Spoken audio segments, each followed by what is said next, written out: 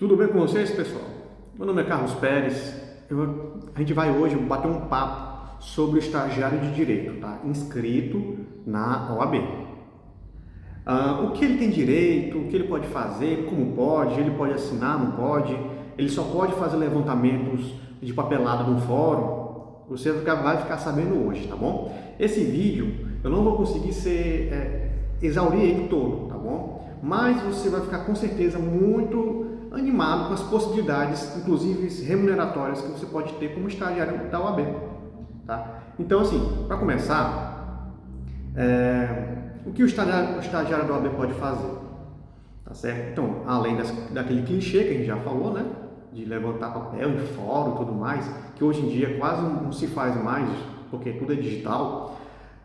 Você também vai poder realizar consultas jurídicas, assessoria, né, negociações. E, é muito interessante até para o advogado essa questão, porque a depender do tipo de negociação, não compensa ele diretamente, então manda o estagiário, né? E são questões que ele pode fazer desde que tenha o aval do advogado inscrito, tá?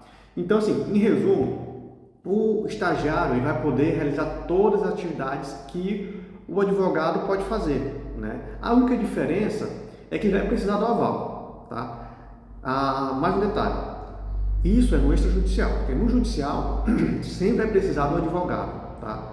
Eventualmente você vai encontrar, se pesquisar bastante, né, você vai ver que um ou outro juiz vai autorizar o estagiário inscrito na OAB realizar audiências, enfim, né, conduzir a audiência no papel de causídio, tá? Eventualmente, mas em regra não pode, tá? A maioria dos juízes não gostam da ideia do estagiário realizando atividade porque eles argumentam que, pelo estatuto e código de ética da advocacia, postular no juízo, né, no judiciário, é uma questão que, inclusive, para fins de audiência, é único do advogado com carteira definitiva, tá bom? Então, assim, imagine que você vai mexer em toda a papelada. A única coisa que você não vai fazer é audiência, tá? Sustentação oral, tudo isso aí é o advogado inscrito na OAB, tá? Agora o estagiário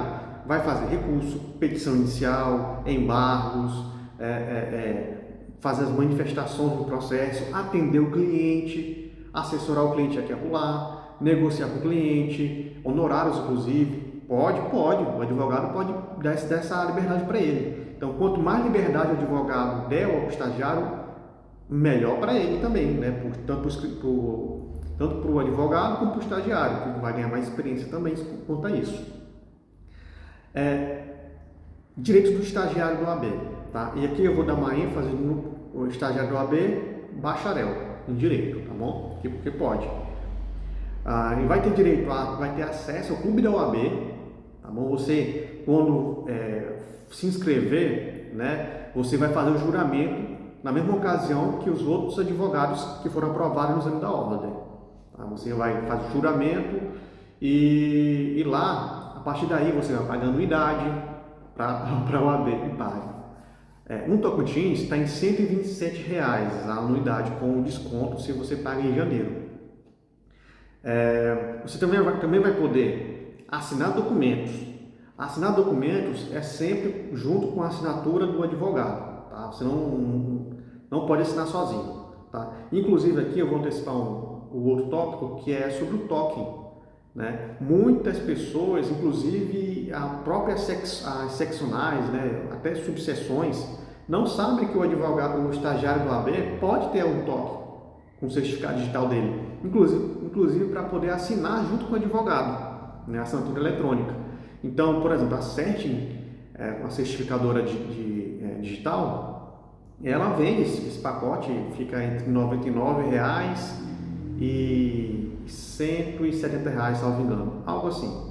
Então você pode pegar o seu token e colocar o certificado digital e assinar junto com o advogado titular. Você pode isso, é seu direito, como escrito na ordem, tá? Ainda que estagiário. Então, além de assinar e ter direito ao token, você vai ter uma carteirinha.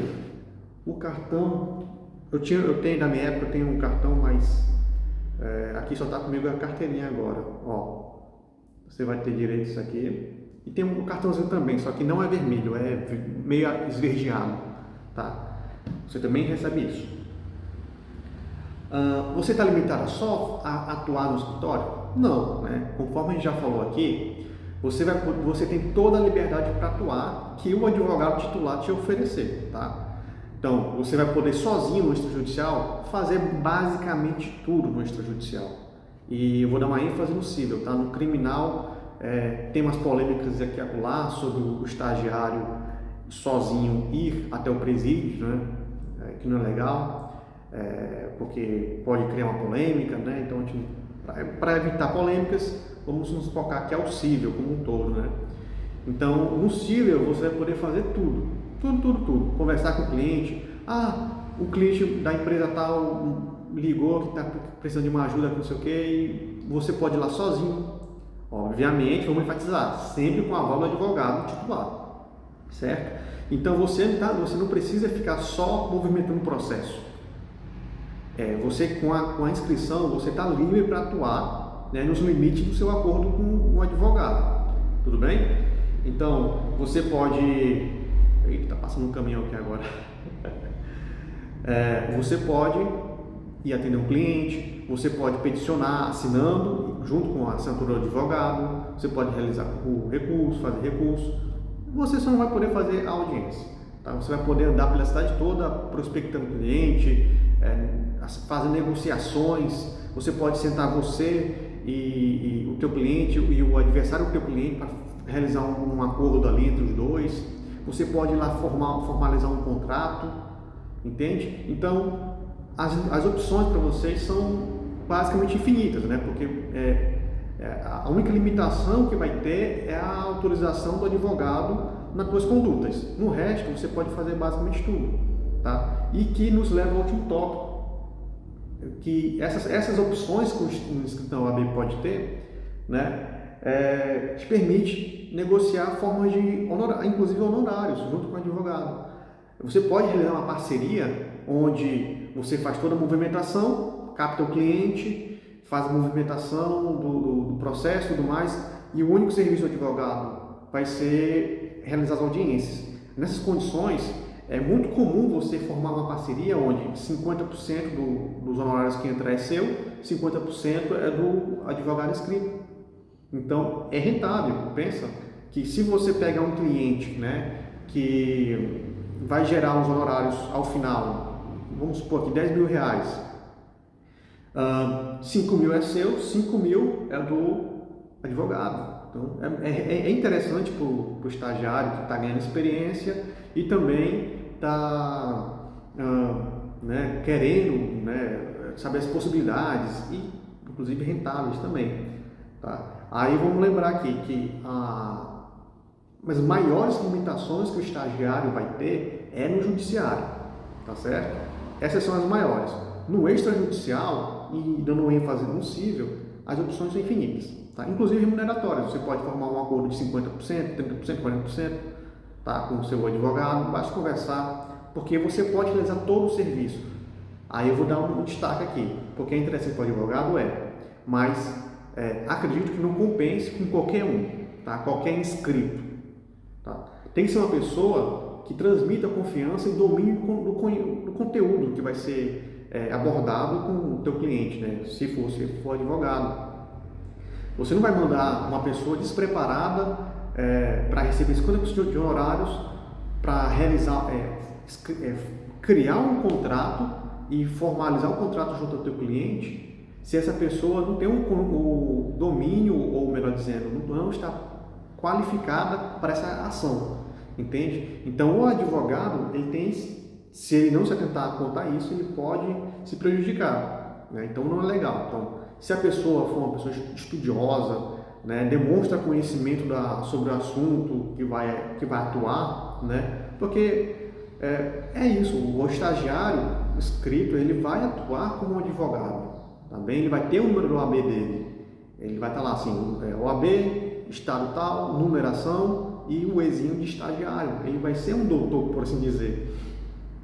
Então, compensa tanto para o advogado como para o estagiário toda essa amplitude, todo esse leque de possibilidades que vai, ao final, agregar financeiramente para ambos e em nível de conhecimento para o estagiário que ainda não conseguiu a carteirinha, né? E se for bacharel em Direito, aí eu volto ao início do vídeo, para fins de concurso, ele pode pegar esse tempo de atividade jurídica e colocar lá, para poder participar de concurso de nível superior, por exemplo, né? Um delegado, fazer um curso para delegado, ele vai poder pegar, né? Ele vai poder pegar concurso para procurador e tudo mais, porque requer a OAB, né?